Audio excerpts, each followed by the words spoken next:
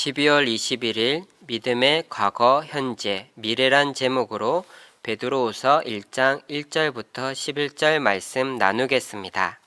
2000년 전 예수님께서 세상에 오심으로 기독교가 시작되고 나서 곧바로 거짓 가르침도 생겨났습니다. 베드로 사도가 살아있을 때도 기독교의 핵심 가르침을 부인하는 거짓 가르침이 있었습니다.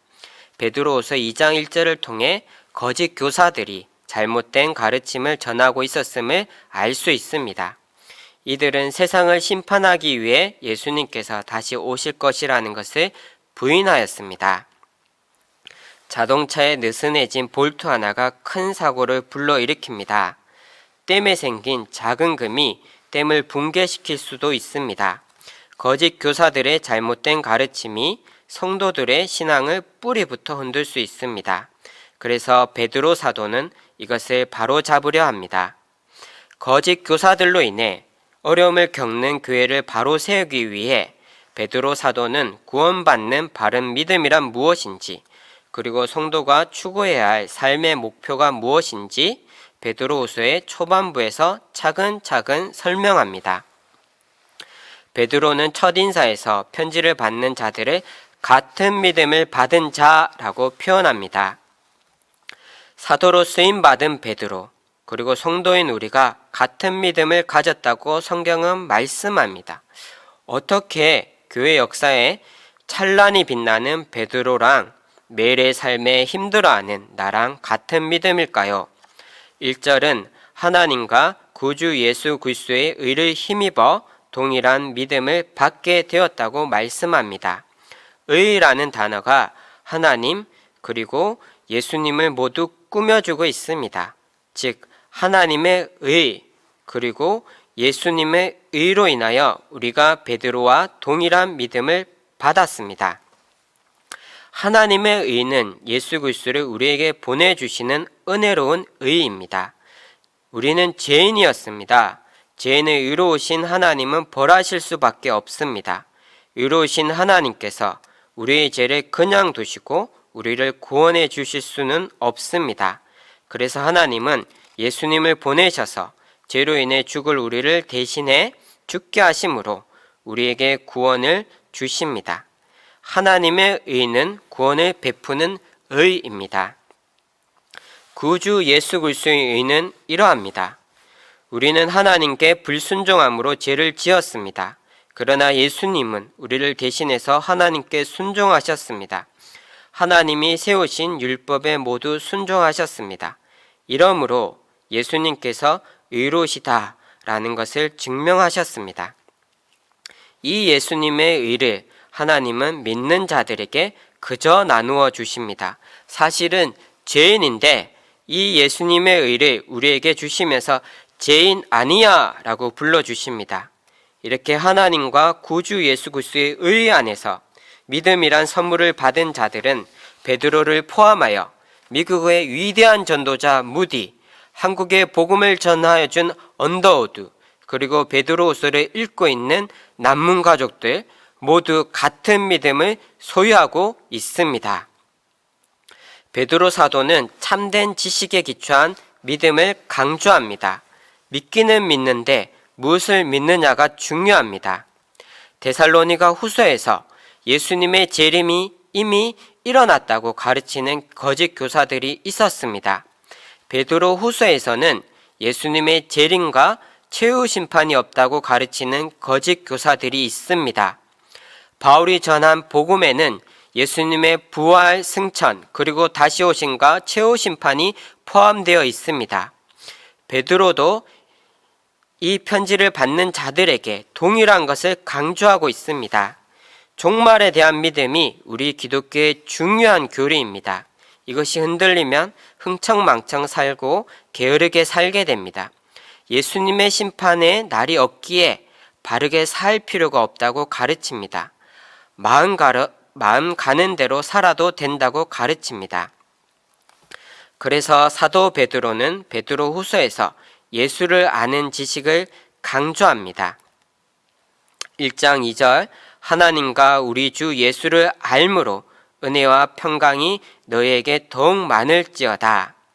바울이 쓴 서신서를 보면 하나님 우리 아버지와 주 예수 그리스도로부터 은혜와 평강이 있을지어다 라고 나와 있습니다. 베드로는 여기에 알미라는 단어를 추가합니다. 2절의 헬라어 원문에 가깝게 번역하면 하나님과 우리 주 예수에 대한 지식 안에서 은혜와 평강이 너에게 더욱 많을지어다가 됩니다. 하나님과 예수님을 아는 바른 지식이 우리에게 더욱 많은 은혜와 평강을 가져다 줍니다. 바른 믿음을 가지게 합니다. 3절에서는 예수님을 아는 지식을 통하여 생명과 경건에 속한 모든 것을 우리에게 주셨다고 말씀합니다. 하나님은 믿음을 주시고 의롭다고 불러주시고 구원해 주십니다. 하나님은 우리에게 새 생명을 주십니다. 이 새 생명이 우리 안에 들어와서 우리의 악하고 타락한 성향을 점령해 갑니다. 이 생명으로 인해 우리가 하나님과 교제를 나누는 경건한 삶을 살아갈 수 있습니다. 그리스도를 우리의 전인격을 통하여 충만하게 아는 것이 경건한 삶의 근원입니다. 이 모든 것은 우리가 그리스도를 알므로 얻어질 수 있습니다. 새 생명과 경건한 삶을 살 수 있는 능력을 주신 예수님은 우리에게 약속을 주십니다. 하나님과 인간 사이에 맺어지는 약속은 독특합니다. 이 약속에 더욱 헌신되어 있는 분이 하나님이십니다. 인간은 하나님과의 약속을 못 지킬 때가 많습니다. 쉽게 어깁니다. 그러나 하나님은 항상 약속을 지키십니다. 우리가 약속을 못 지켜도 하나님은 우리와의 약속을 계속 지켜가십니다. 이것이 약속의 독특성입니다.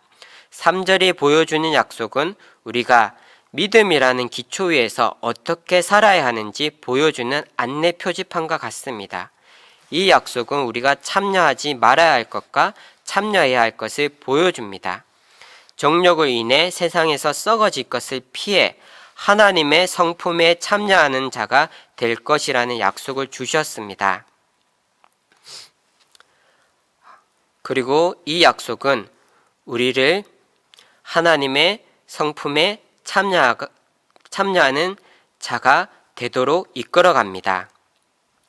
구원받은 자로서 하나님을 닮아가는 삶을 살아가야 하는데 이것을 우리 혼자 나의 힘으로 하는 것이 아니라 하나님께서 우리 안에 이루실 것이라는 약속을 받았습니다. 세상 사람들의 목표는 한마디로 부자 되는 것입니다. 부자 되면 행복해질 것이라는 믿음이 있습니다. 돈이 많으면 여러 불편함은 사라집니다. 그러나 이것은 썩어져 없어질 것입니다. 인간의 타락한 정욕은 돈을 신으로 만들어 버립니다. 복음은 시대의 영향을 많이 받습니다. 8, 90년대 경제가 성장할 때 많은 사람들의 마음을 만족시킨 복음은 예수 믿으면 복 받는다는 복음이었습니다. 예수 믿으면 영혼이 구원받고 병이 낫고 삶의 어려움이 없어지고 경제적으로 잘 살게 된다는 복음이었습니다. 이것은 그리스도의 복음과 세상의 복음이 절묘하게 섞인 복음입니다. 교회에서 가르치는 복음 같은데 세상 사람들이 추구하는 것과 참 닮아 있습니다. 매트릭스라는 영화가 있습니다. 이 영화에서 인간은 로봇이 보여주는 환상을 보며 살아갑니다. 로봇이 만든 세상에서 결혼도 하고 출근도 합니다. 이렇게 살다 죽어갑니다.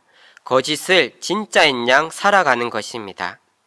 우리도 세상에서 살아가면서 세상이 추구하는 것이 진짜인 양 살아갈 수 있습니다. 세상의 가치에 물들어 살아갈 수 있습니다. 지금의 삶이 전부인 양 살아갈 수 있습니다. 그러나 성경은 지금의 삶이 전부가 아니며 하나님이 준비하신 영원한 삶이 있다고 합니다. 이 세상은 영원한 삶을 준비하는 장소입니다. 이 땅에서 하나님을 지속적으로 닮아가는 성화의 삶을 살다 천국에 가면 영화의 단계에 이르게 됩니다. 하나님을 닮아가는 것이 우리의 목표입니다. 이것이 우리가 따라가야 할 방향이며 평생 삶으로 이루어내야 할 목표입니다. 이것은 하나님이 주신 약속이기에 성령님을 보내셔서 우리가 하나님의 성품을 닮아가도록 힘주시고 도와주시고 인도하십니다. 그러나 이 약속은 우리의 능동적 참여를 요구합니다. 그래서 5절부터 7절은 그러므로 너희가 더욱 힘써 너희 믿음의 덕의 지식을, 지식의 절제를, 절제의 인내를, 인내의 경건을, 경건의 형제우애를, 형제우애의 사랑을 더하라고 말씀합니다. 믿음 외에도 덕, 지식, 절제, 인내, 경건, 형제우애, 사랑 7가지를 더하라고 합니다. 덕은 도덕적인 삶입니다. 우리의 믿음이 바른 생활로 드러나야 합니다. 지식은 성경과 성령을 통해 알게 되는 영적 지식을 뜻합니다. 우리는 시간이 지남에 따라 영적 지식이 늘어가야 합니다. 절제는 우리 속에 여전히 남아있는 타락한 본성을 죽이는 것입니다.